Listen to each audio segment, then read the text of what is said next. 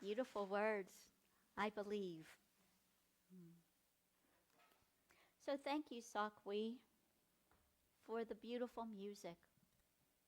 Thank you, Mary Beth, for setting up our live stream so that people at home can join us. Thank you, Penny, for facilitating our book study every Sunday morning without fail. Thank you, Steve, for leading the meditation this morning. And I'm grateful for all of you who came into the chapel this morning, for all of you who visit virtually. Thank you for being part of this spiritual community. It feels so right to say thank you and to express gratitude and appreciation for something that someone has done.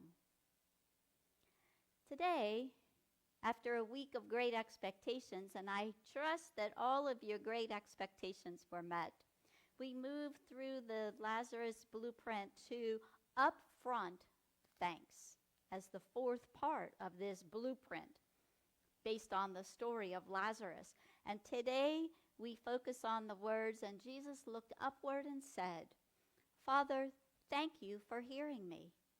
I know you always hear me.'" This is a perfect example of upfront thanks. Jesus was expressing gratitude before anything even happened.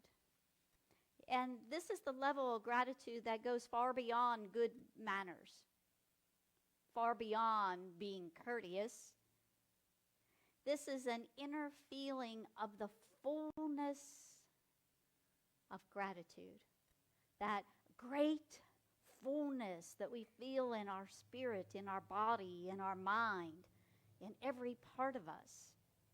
This is the vibration of feeling that activates us to do the work in life, to keep that feeling going, because you can't be grumpy and miserable and, well, we'll leave it at that. If you're feeling grateful, grateful ignites happiness. So we are encouraged to do the work. And it is a deep gratitude that's rooted in faith. Faith in knowing that something good, something that we can make into good, is about to be made manifest. Imagine living life knowing that only good awaits us. How much time would you release not worrying because you know something good is going to happen? Even if we're sitting in a mess or what feels like a mess. Now I look around and I see hints of us having lived a reasonable amount of time. And we all have a lifelong track record of everything working out, right? Somehow, some way, everything works out, right? Maybe not the way we had pictured it or envisioned it. Maybe we've had to course correct our attitude, our vision of life a time or two, but everything works out. And now we can have faith that everything is working out for good. It's up to us as individuals to ignite that depth of gratitude in ourselves.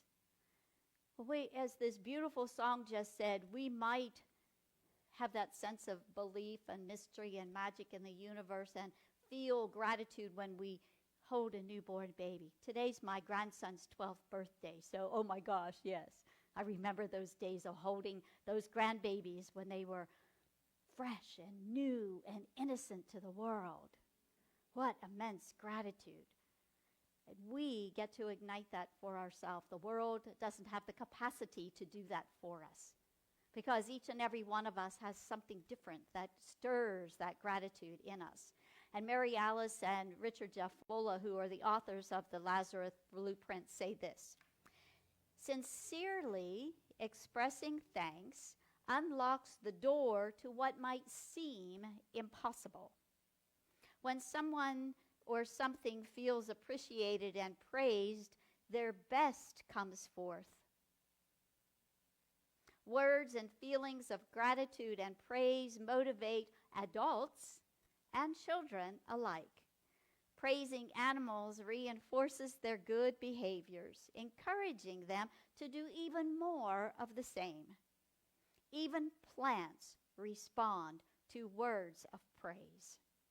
The cells of our body are more likely to respond and regenerate when they know they are appreciated and that we love them. If you want to experience more wholeness in your physical body, praise the evidence of life and health that you already have.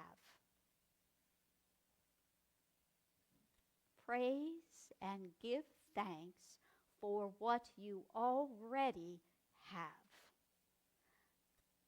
We often hear that healing story of Unity co-founder Myrtle Fillmore, and after a lifetime of chronic respiratory illness, she was facing the end of life.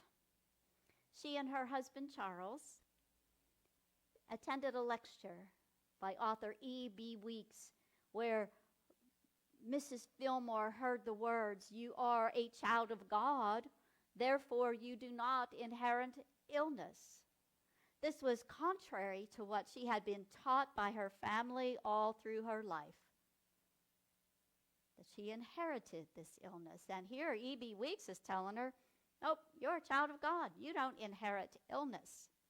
From there, Mrs. Fillmore developed a practice of sitting each day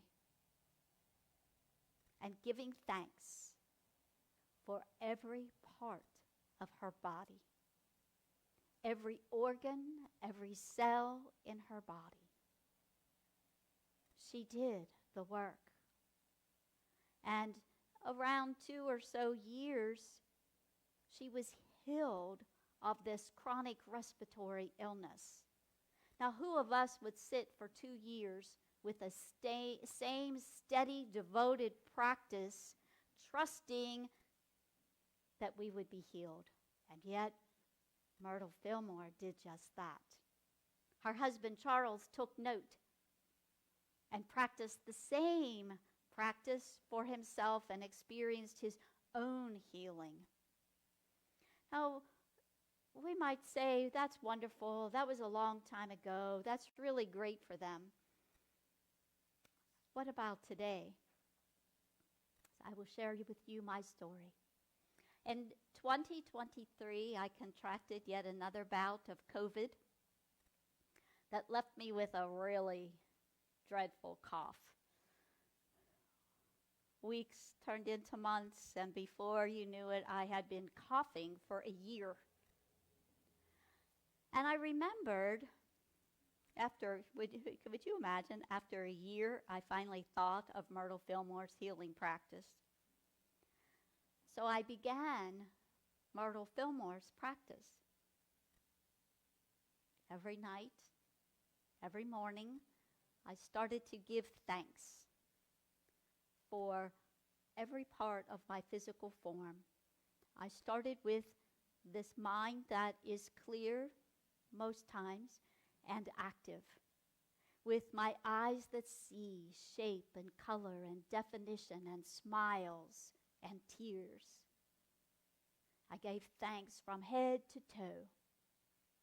Like I said before, getting out of bed in the morning and as my head hit the pillow at night. And after several days' time, not 2 years, but several days, I stopped coughing completely. And the cough has never returned. And it's now end of 2025, so I declare that healed. The cells of our body respond to heartfelt appreciation. They're vibrant, vibrating, living cells and organs then our bodies respond. I could no more condemn or curse or bemoan the cough. I had to appreciate my body and what air was getting into my lungs and what air was what was leaving my lungs.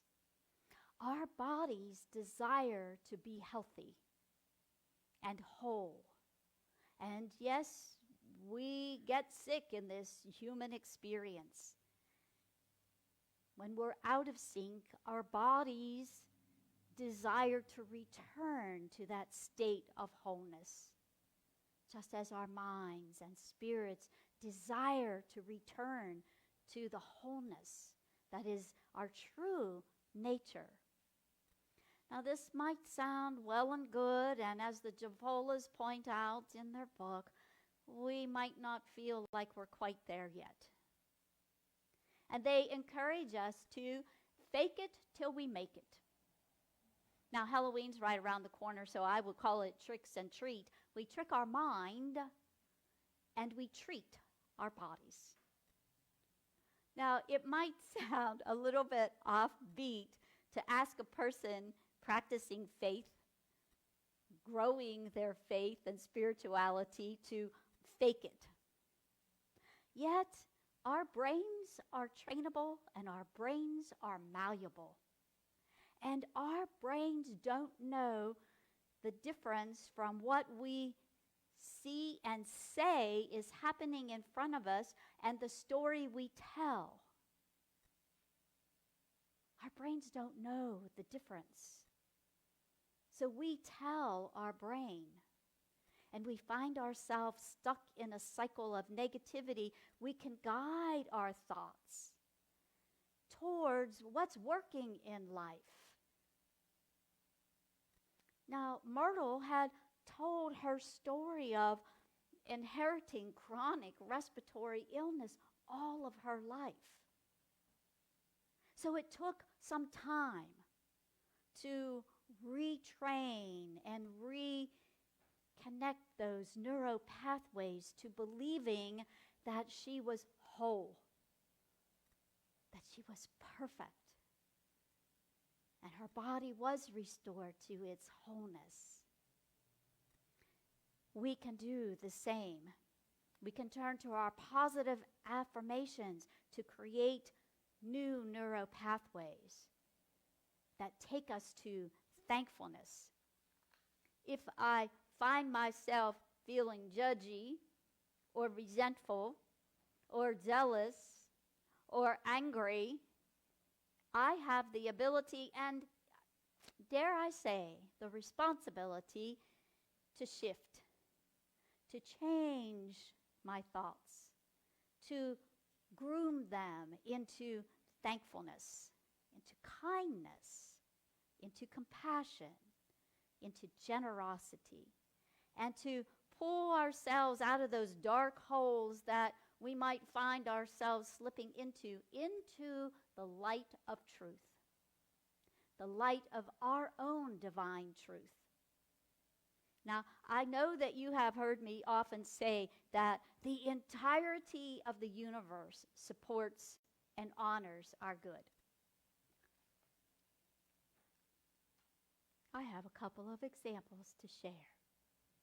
As I was preparing for today's talk, it was midweek, and I kept thinking, there's something else. It kept just nudging me. There's something else. I don't know what that something else is, but I'm sure it'll come. It was still midweek. I had days. And Thursday, I picked up the July-August issue. I'm a little bit behind in my reading of this beautiful magazine called Fountain. It was gifted to me as I was leaving Dallas by one of my cherished Muslim friends. And it's such a fabulous magazine. I continue this subscription every year. And lo and behold, in the middle of the magazine,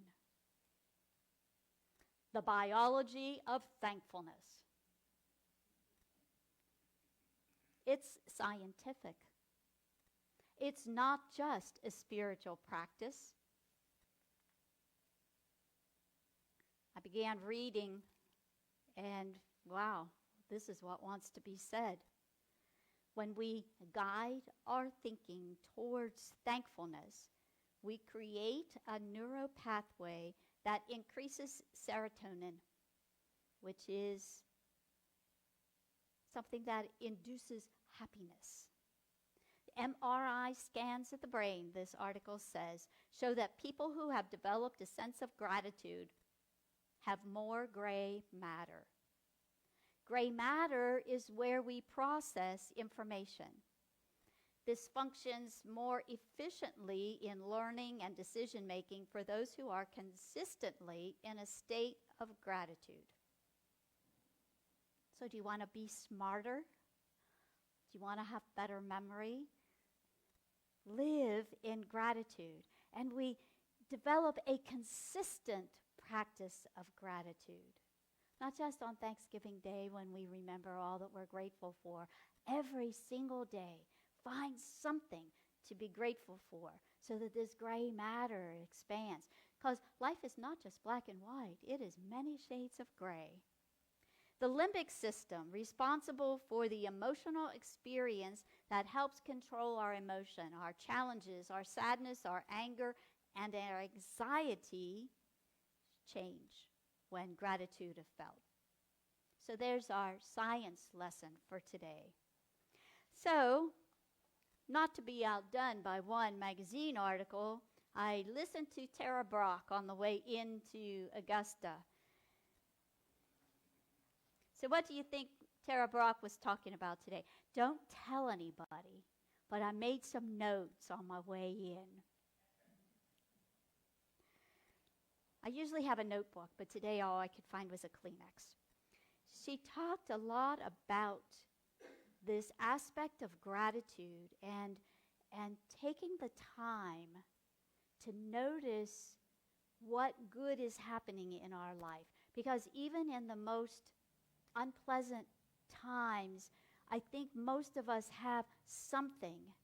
You know, that leaf that falls from the tree, that blade of grass, the bumblebee hovering over the flower. There's something that we can find gratitude for. And she quotes Father Greg Boyle, who, if you don't know about him, find him. He's an amazing human. He says, he shifts this idea of gratitude as a scientific experience to a spiritual one. It says that our block to love is the pain that we carry and the lament that accompanies that pain, the lament. And with grace, we learn that lament can't get a foothold when gratitude is already there. Our laments can't take hold if we have this foundation of gratitude. That just touched me. So it's this spiritual and scientific aspect of gratitude that Jesus was showing us thousands of years ago just by living in gratitude. And when he used the words, "Thank you for hearing me. I know that you always hear me." He lifted his gaze upward. He looked away from what was in front of him and lifted it to a higher vantage point.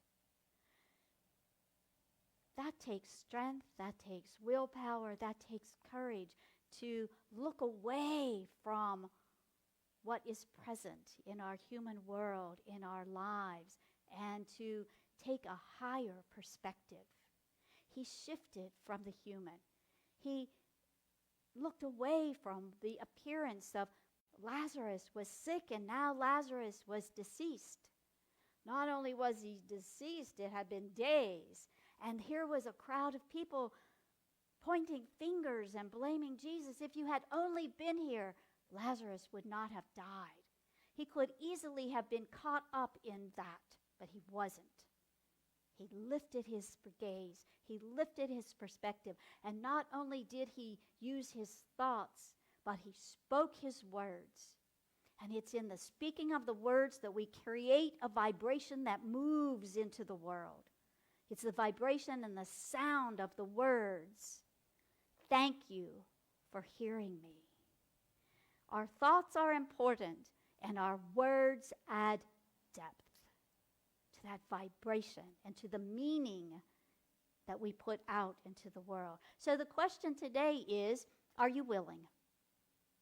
Are you willing to guide what some call stinking thinking to righteous, right thinking, true thinking, thoughts of thanksgiving, thoughts of gratitude? And I'm not talking about turkey and stuffing and gravy, which are all wonderful and we will enjoy.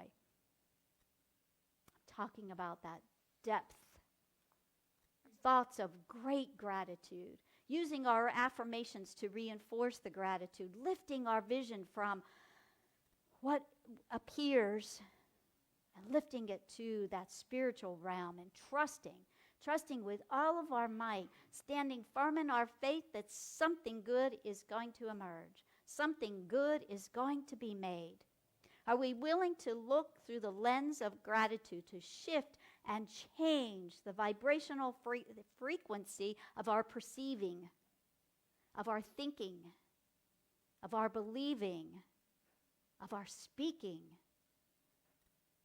Are we willing to change our vibration to gratitude? The choice is always ours. The work is ours to do, and the practice is our life. So let's share the centering thought for today. It's on the screen. Let's speak it together. My heart overflows with gratitude for the life force at work in my body and soul. I center my thoughts on the positive changes taking place right now. I am at peace. I am at peace. And always, always remember to let all you do be done with love. Namaste.